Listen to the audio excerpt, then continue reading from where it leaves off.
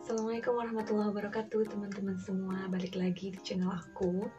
Kali ini masih sama seperti sebelumnya, saya akan kembali membahas dan bercerita tentang novel serial Bumi karya Terilie. Oke, kali ini aku akan membahas buku kelimanya.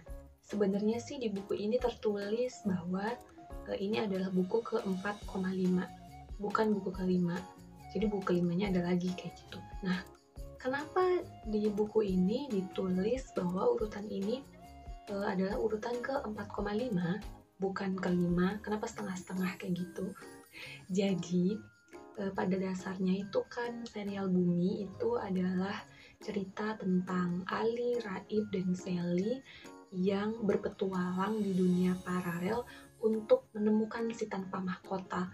Pada akhirnya mereka akan bertarung dengan si tanpa mahkota untuk mencegah dia agar ambisinya untuk menguasai seluruh dunia paralel itu tidak terwujud seperti itu. Nah, di buku yang ke-4,5 ini tidak ada sangkut pautnya dengan si tanpa mahkota sementara ini, meskipun nanti pada akhirnya akan terlibat juga, tapi di buku ini tidak sama sekali dibahas tentang si tanpa mahkota. Nah, judulnya apa? Judulnya adalah Ceros dan Batozar. Nah, ini dia buku yang aku punya guys, judulnya Ceros dan Batozar. Jadi, buku ini itu bukan cerita tentang si Ceros dan Batozar yang saling berkaitan, tetapi buku ini memiliki dua judul lagi yang terpisah gitu, cerita tentang Ceros dan cerita tentang Batozar. Jadi, buku ini terdiri dari 359 halaman dengan dua judul buku. Yang pertama adalah pembahasan tentang Ceros dan yang kedua adalah pembahasan tentang Batozar. Nah, episode itu untuk Ceros itu ada 13 episode, untuk Batozar ada 20 episode. Dan seperti biasa, di serial Bumi ini selalu ada tambahan episode. Nah, di novel ini ada 2 tambahan episode. Langsung saja kita bercerita tentang isi novelnya. Yang pertama adalah tentang Ceros. Nah, ini berawal dari Ali, Raib, dan Sally yang mengunjungi sebuah bangunan kuno di luar kota. Bangunan kuno tersebut berusia lebih dari 2000 tahun. Seperti yang kita ketahui, Ali adalah anak yang jenius kan? Nah, di cerita ini Ali kembali menciptakan sebuah alat mendeteksi makhluk dunia paralel. Jadi ketika ada makhluk lain di luar klan bumi yang ada di sekitar mereka, maka alat itu akan bereaksi. Nah, ketika mereka sampai di bangunan kuno tersebut, alat milik Ali ini memunculkan reaksi. Ali mencurigainya, kemudian dia mencari sumbernya bersama dengan Sally dan Raib tentu saja. Kemudian karena ada yang mencurigakan di bawah bangunan kuno tersebut, maka Ali memanggil Ili dari kejauhan. Dan ketika Ili datang, petualangan mereka dimulai. Nah, ternyata di bawah bangunan kuno tersebut terdapat sebuah bangunan yang sangat amat besar. Besarnya itu 10 kali lipat dari bangunan kuno yang ada di bawah di atas permukaan, yang ada di atas bumi. Nah, di dalam ruangan kuno di bawah tanah itu terdapat Ceros. Nah, Ceros itu apa sih? Ceros itu adalah makhluk dunia paralel. Jadi dia itu aslinya manusia, tetapi bisa berubah wujud menjadi suatu makhluk dengan kekuatan yang sangat besar. Nah, Ceros di sini yang diceritakan di novel ini adalah badak bercula. Ceros yang merupakan badak bercula ini memiliki kelemahan, yaitu mereka akan berubah dengan sendirinya ketika malam hari. Jadi, karena mereka itu takut untuk melukai penduduk bumi, maka mereka mengurung diri mereka di bawah tanah, membuat ruangan sendiri, sehingga ketika mereka berubah menjadi Ceros, mereka tidak melukai siapapun. Nah, ruangan di bawah tanah itu diciptakan dengan sistem yang sangat amat canggih. Jadi, apapun yang masuk ke dalam ruangan itu tidak akan bisa keluar sama sekali. termasuk juga Ali, Raib, dan Sally yang sudah terlanjur masuk ke ruangan tersebut karena mereka penasaran. Jadi, untuk teman-teman yang belum membaca novel ini, pasti penasaran dong bagaimana caranya Ali, Raib, dan Sally bisa keluar dari ruangan itu kalau ruangan itu sendiri tidak memiliki pintu keluar. Nah, untuk teman-teman yang penasaran, baca saja novelnya. Jangan lupa, jangan beli buku bajakan. Dan teman-teman bisa baca e-booknya di Play Store atau mungkin e-Pustas juga ada, gratis. Berlanjut ke cerita yang kedua, yaitu tentang Balthazar. Setelah berpetualang ke klan bintang, Miss Selena kembali meninggalkan sekolah. Ia kembali mengambil cuti dari sekolah dan mengunjungi berbagai tempat di dunia paralel untuk menyelidiki sesuatu. Nah, suatu hari, 1 minggu setelah kunjungan Ali, Raib, dan Sally, Miss Selena kembali ke sekolah, membawa kabar yang sangat amat mengejutkan. Jadi sebelumnya ketika Miss Selena, Ali, Raib, dan Sally serta pasukan lain berkunjung ke klan bintang, mereka telah menyiapkan 4 pesawat tempur. Nah, karena Ali, Raib, dan Sally memilih menaiki Ili, maka pesawat tempur yang satunya itu tidak digunakan. Nah, pesawat tempur atau prototipe yang disebutkan di novel ini itu disimpan di pusat penelitian kota Tisri. Tapi saat itu tiba-tiba prototipe itu menghilang. Miss Selena melaporkan dan menceritakan kejadian ini kepada Ali, Raib, dan Sally. Dan sepertinya kehilangan prototipe ini bersamaan dengan hilangnya tahanan klan bulan, yaitu Balthazar. Balthazar itu adalah seorang pengintai yang sangat amat hebat.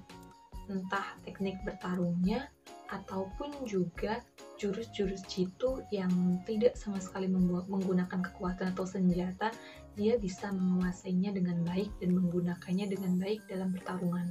Pusat penelitian kota Tisri itu memiliki tingkat keamanan yang sangat amat tinggi sekali, tetapi Balthazar bisa mencuri prototipe tersebut. Berarti dari situ saja kita sudah bisa tahu ya bahwa Balthazar itu sangat amatlah hebat. Kemudian di hari berikutnya, Ali, Raib, dan Sally tidak sengaja bertemu dengan Balthazar. Mereka bertiga memutuskan untuk mengikuti Balthazar dan mencari cara bagaimana untuk menangkapnya. Di hari berikutnya, Ali, Raib, dan Sally menemui Miss Selena dan menceritakan pengalaman mereka. Akhirnya mereka merencanakan pengepungan ke Balthazar itu dengan membawa pasukan bulan. Tetapi di luar rencana, ketika pasukan bulan dan Balthazar bertarung, ketika pasukan elit klan bulan berusaha untuk menangkap Balthazar, ternyata Balthazar yang melihat Raib sebagai putri bulan itu memiliki rencana lain. Akhirnya, Raib, Ali, dan Sally diculik oleh Balthazar dengan menggunakan portal cermin yang tidak bisa digunakan oleh pasukan klan bulan. Berhari-hari, berminggu-minggu, sampai berbulan-bulan, mereka bertiga diculik oleh Balthazar. Tujuan Balthazar sebenarnya sederhana, karena dia melihat putri bulan yaitu Raib yang bisa mengulang kejadian lama. Balthazar ingin menemui seseorang di masa lalu melalui kenangan dan mengungkapkan kebenaran. Balthazar berencana untuk memanfaatkan kekuatan yang dimiliki Raib untuk mengulang kenangan yang ia rindukan. Sebenarnya alasannya itu sesimpel itu, tetapi cara Balthazar yang sedikit salah. Kemudian, apakah Ali dan Sally juga Raib bisa lolos dari Balthazar?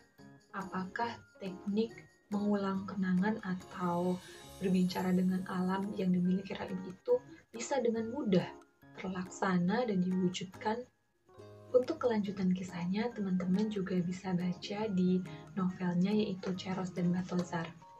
Saya di sini akan melanjutkan untuk membacakan beberapa kalimat dari novel ini yang menurut saya itu bagus. Jadi, saya hanya menemukan satu kalimat, sebenarnya sih bukan satu kalimat ya, jadi sepenggal cerita di cerita Balthazar ini yang menurut saya itu benar-benar bagus. Kalau teman-teman punya bukunya, silahkan buka halaman 269.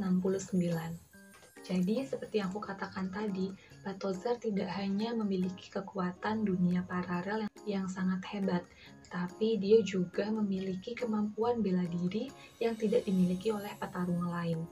Nah, di halaman ini dijelaskan bahwa kemampuan bela dirinya itu namanya Perfettum, yang artinya adalah keheningan di pagi hari.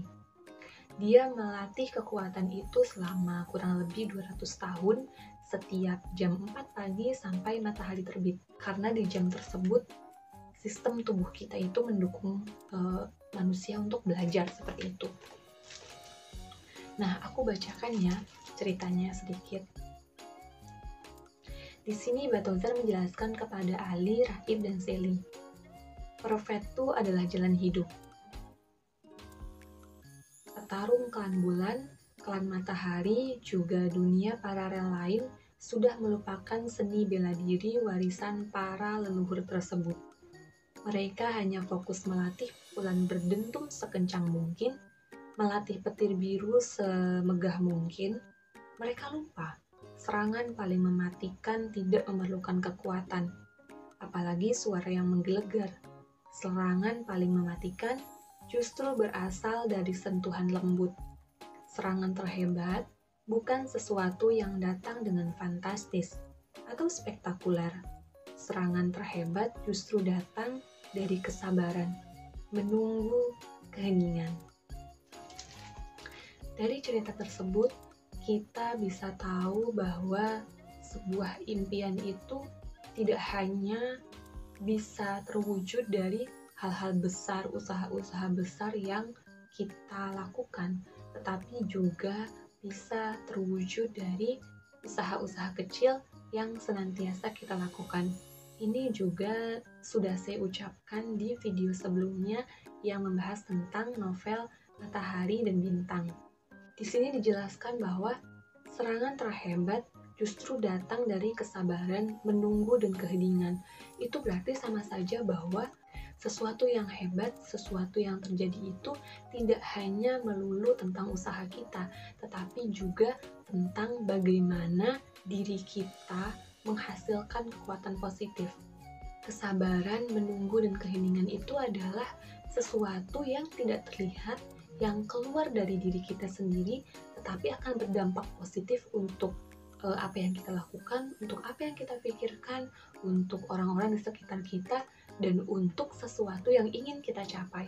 Maka dari itu, untuk mencapai sesuatu, kita bukan hanya perlu usaha, tetapi juga perlu berdoa, perlu sabar, perlu bersungguh-sungguh, perlu istiqomah, terus-menerus menjalankan usaha-usaha, menjalankan berbagai cara untuk bisa mencapai impian kita tersebut, begitu. Jadi, jangan pernah melupakan hal-hal kecil, karena ya apapun yang kita inginkan itu sejatinya adalah dimulai dari hal-hal kecil yang selalu kita lakukan. Kalimat selanjutnya adalah, pertahanan terbaik bukanlah tameng transparan paling kokoh, juga bukan teknik kinetik paling hebat, dinding dari baja paling kuat. Pertahanan terbaik adalah membelokkan, memantulkan, menyerap, menjadikan serangan lawan sebagai pertahanan. Ini bisa kita aplikasikan ketika kita sedang berjalan dan berjuang menuju impian kita, tetapi ada banyak sekali suara, ada banyak sekali orang yang menentang, ada banyak sekali orang yang menghujat atau membuli. Itu kan berarti serangan dari lawan ya, dari orang yang tidak mendukung kita. Nah, bagaimana sikap kita sebaiknya? Kita tidak boleh putus asa, kita tidak boleh minder, kita tidak boleh berhenti. Maka jadikan bulian itu, jadikan omongan-omongan orang itu sebagai motivasi untuk kita. Kita ini harus berhasil dan membuktikan kepada mereka bahwa apa yang saya lakukan, apa yang saya impikan, dan apa yang saya capai itu adalah hal baik, adalah hal yang bisa bermanfaat untuk orang lain. Jadi, jangan putus asa ketika orang lain tidak mendukung kita. Karena sejatinya yang bisa menolong kita di saat-saat paling sulit adalah diri kita sendiri. Karena percuma juga kalau misalkan orang lain mendukung tapi diri kita sendiri tidak percaya bahwa impian kita bisa tercapai, itu percuma. Karena segala sesuatunya kita yang melakukan, segala sesuatunya kita yang menginginkan, segala sesuatunya pun juga hanya kita yang tahu mana yang baik untuk kita, seperti itu. Di novel ini, Balthazar mengibaratkan seperti spons. Kalian tahu spons kan? Yang menyerap air di sekitarnya, tetapi dia masih baik-baik saja gitu. Ukurannya masih segitu, dan dia tidak ada yang berubah. Itu juga berarti bahwa ketika ada orang lain yang menghujat kita, ya kita tidak boleh goyah. Kita harus menjadikan itu sebagai kekuatan. Kita tidak boleh merubah usaha-usaha dan impian yang sebenarnya baik gitu. Jadi tidak boleh hilang, hancur hanya karena omongan orang lain. Seperti itu teman-teman. Jadi segitu saja pembahasan dari saya ya. Semoga bisa dipahami, semoga bisa bermanfaat untuk teman-teman. Jangan lupa kritik dan sarannya di kolom komentar dan share juga di sosial media kalian jika video ini bermanfaat. Terima kasih atas waktunya. Jangan lupa kalau misalkan kalian pengen tahu cerita lebih lanjut tentang novel ini dan serial lainnya atau buku lainnya milik Terelie, kalian bisa beli bukunya original dengan harga yang murah di official store Terelie, di Tokopedia dan Shopee. Kalian juga bisa membeli e-booknya di Play Store dengan harga yang lebih murah.